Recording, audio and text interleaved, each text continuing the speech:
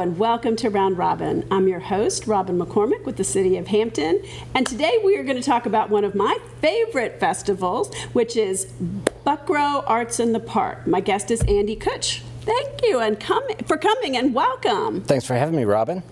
I just love this festival. It's like, you know, it's after Labor Day, but you're at the beach. It feels like it's still summer. It's a big last hurrah, and it reminds people that the beach continues to be open. Yes, it does. Well, that's one of the neat things is we are able to go and enjoy the beach around here, you know, fairly late into the fall.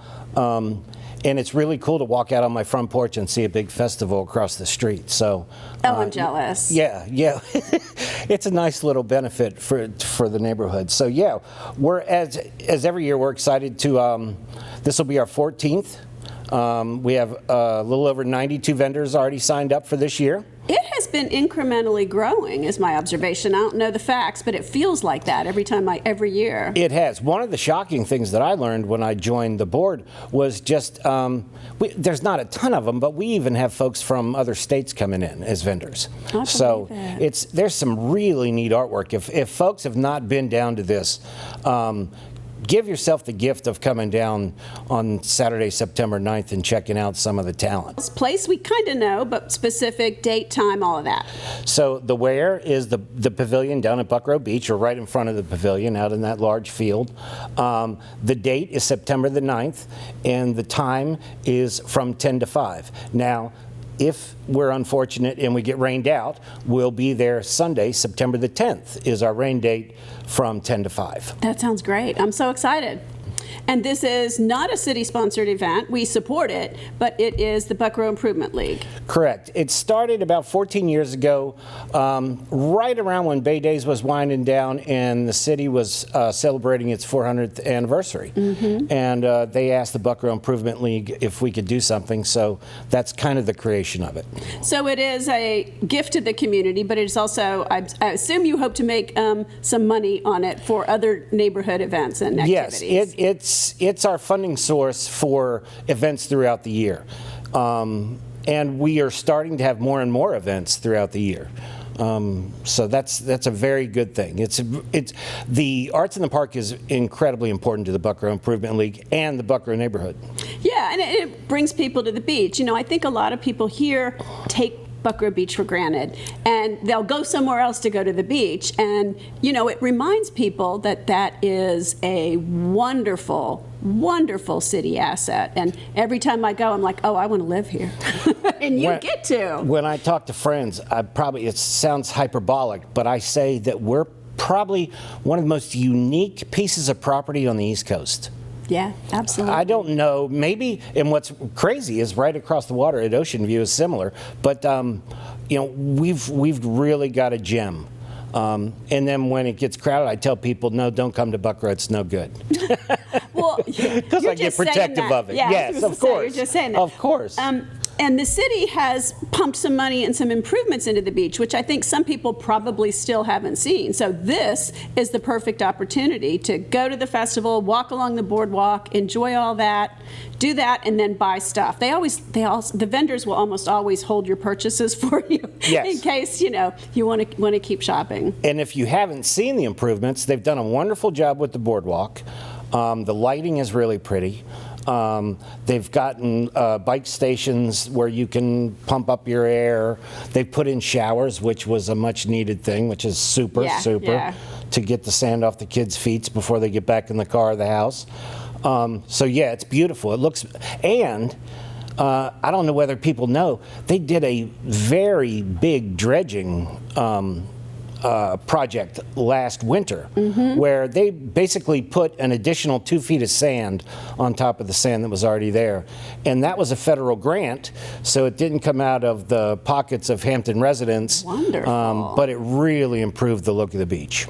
Well, let's talk about you, since you mentioned Bay Days always had a different poster every year. Yes. You guys also do something similar. And let's talk about this year's poster, because it is very different. Yes. So when we got the submissions this year, this one stood out to us really quickly. This is from a local artist, Elliot. You'll see him around at different festivals, and he certainly will be at arts in the park. But I was at the farmers market a couple weekends ago, which is another little thing we have going down in Buckroe every weekend. And Elliot stopped by our booth, and he got a chance to explain to us his thoughts, and he grew up in Buckroe, so you'll notice, like on the raft, the numbers. He said that was a childhood memory. So this poster is filled with Elliot's childhood memories of Buckroe, which is Robert exactly Elliott what we're going is a gem, and he, had a full career, and this is his second career, and he's really just exploring, and he sees things differently than a lot of people. His art is so interesting. And if you ever get a chance to meet him and you want to learn about art, Elliot will talk to you about art, which is really nice. Yeah, he wasn't formally trained, but he went to museums everywhere. He was stationed everywhere in his life, and was kind of self-taught. So he's fascinating. So he is one example of the many arts vendors that you will have. Correct. Yes, you have this type of art. You'll have sculpting. There's a lot of woodcraft. There's a lot of, I guess, sewing. I'm trying to think of the right word to describe it. There's like embroidered pillows. Yep. I can only tell you what I've purchased because that's what I remember. But I have purchased embroidered pillows, embroidered dish towels, just some really, really cute items. I've seen glass work stuff there. Yes. So yeah, it's a wide range of different mediums that you'll be able to see and hopefully purchase. Mm-hmm. I've got you'll a couple have food vendors, right? Yes. Yep. We'll have food vendors. We'll have a DJ. Supplying music. We have a section for children, so little game section. So hopefully keep everybody busy when they come to visit. So my take on this festival, and correct me if I'm wrong and you don't see it that way, is it is not the giant packed to the gills, pirate festival. It is a much more casual neighborhood festival. You can move, you can breathe.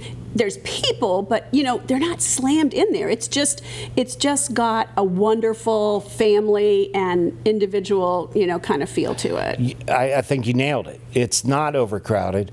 Parking, you're not walking a mile to get to the event, or sitting in traffic to get out of the event. Right. You pull in, you park, and you casually can see everything in every booth. You're not fighting crowds to get in. I agree. It's a great way to spend an afternoon.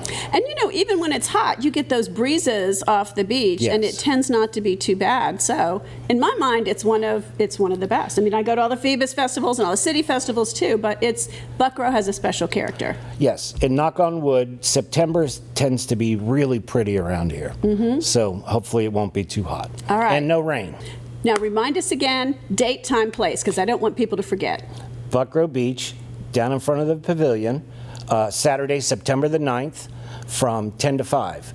And if we're unfortunate to get rain, it's the next day, Sunday, September the 10th, from 10 to 5. All right, thank you. You're welcome.